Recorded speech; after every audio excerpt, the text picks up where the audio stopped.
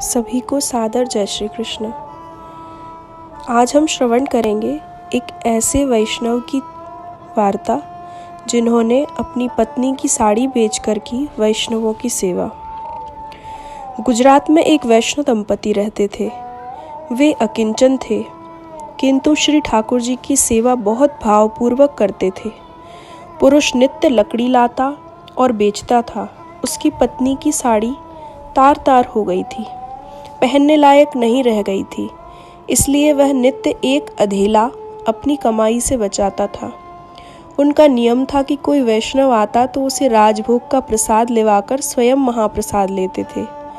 जब उनके पास एक साड़ी खरीदने लायक राशि हो गई तो पुरुष अपनी पत्नी के लिए साड़ी ले आया। दूसरे दिन जब उसकी पत्नी ने नई साड़ी पहनी, तभी इनके घर 8 वैष्णव एक साथ आ गए। वैष्णवों को इन्होंने जय श्री कृष्ण कहा और आदरपूर्वक बैठाया। वैष्णव ने अपनी पत्नी से कहा, अब क्या करें? आए हुए वैष्णवों को महाप्रसाद तो लेवाना ही है और घर में तो कुछ है ही नहीं। वैष्णवों का समाधान कैसे करें? उसकी पत्नी ने कहा, चिंता क्यों करते हो? यह साड़ी बेचकर सामग्री ले आओ। उसने साड़ी उतार कर दे दी।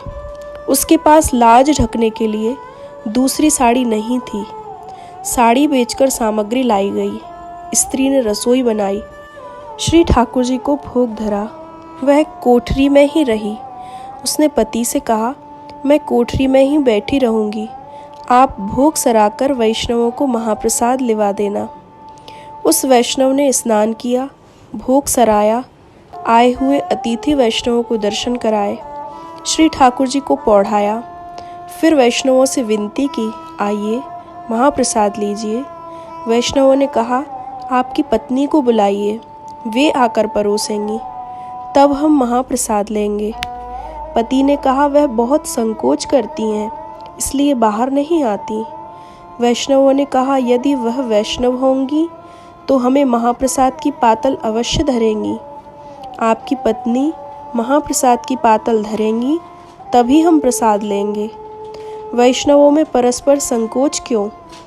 वैष्णव तो आपस में भाई बहन हैं, इसलिए बहन को बुलाइए, वे परोसेंगी और हम महाप्रसाद लेंगे, तभी आनंद आएगा। प्रभु सेवक की लाज रखते हैं। विवश होकर वैष्णव कोठरी में अपनी पत्नी के पास गए। उसने सारी बात बताई और कहा, यह तो विचित्र स्थिति बन गई, अब क्या करें? तुम नहीं परोसोगी तो वे महाप्रसाद नहीं लेंगे। स्त्री परम भगवदिया और समझदार थी।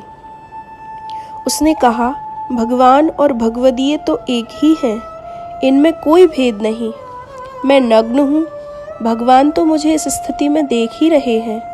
भगवान के रूप ही भगवदीय हैं, वे भी देख लेंगे, भगवदीय से लज्जा क्या? मैं आती हूँ। भगवदीय वैष्णवों को अपने हाथ से प्रसाद परोसूंगी। जैसे ही वह वैष्णव बहन नग्न स्थिति में अपनी कोठरी से निकलने लगी, तभी श्री स्वामिनी जी तेजी से साड़ी लेकर चली।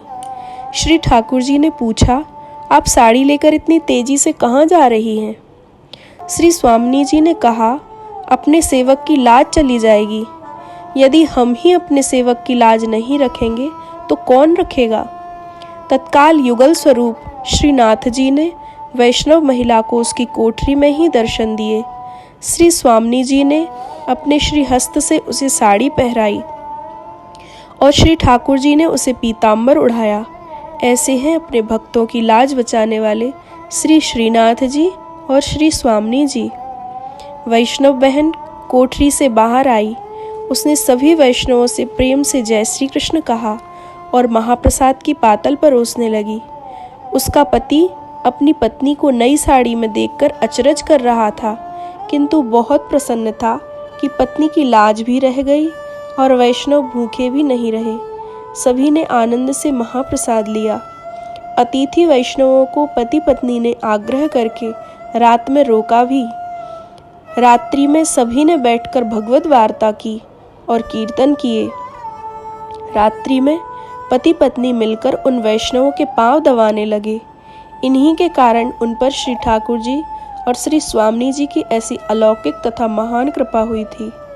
वैष्णवों को वे भगवान ही मानते थे। प्रातःकाल वैष्णवों को उन्होंने प्रेम और सम्मान पूर्वक विदा किया। श्री गिरिराज धरण की जय।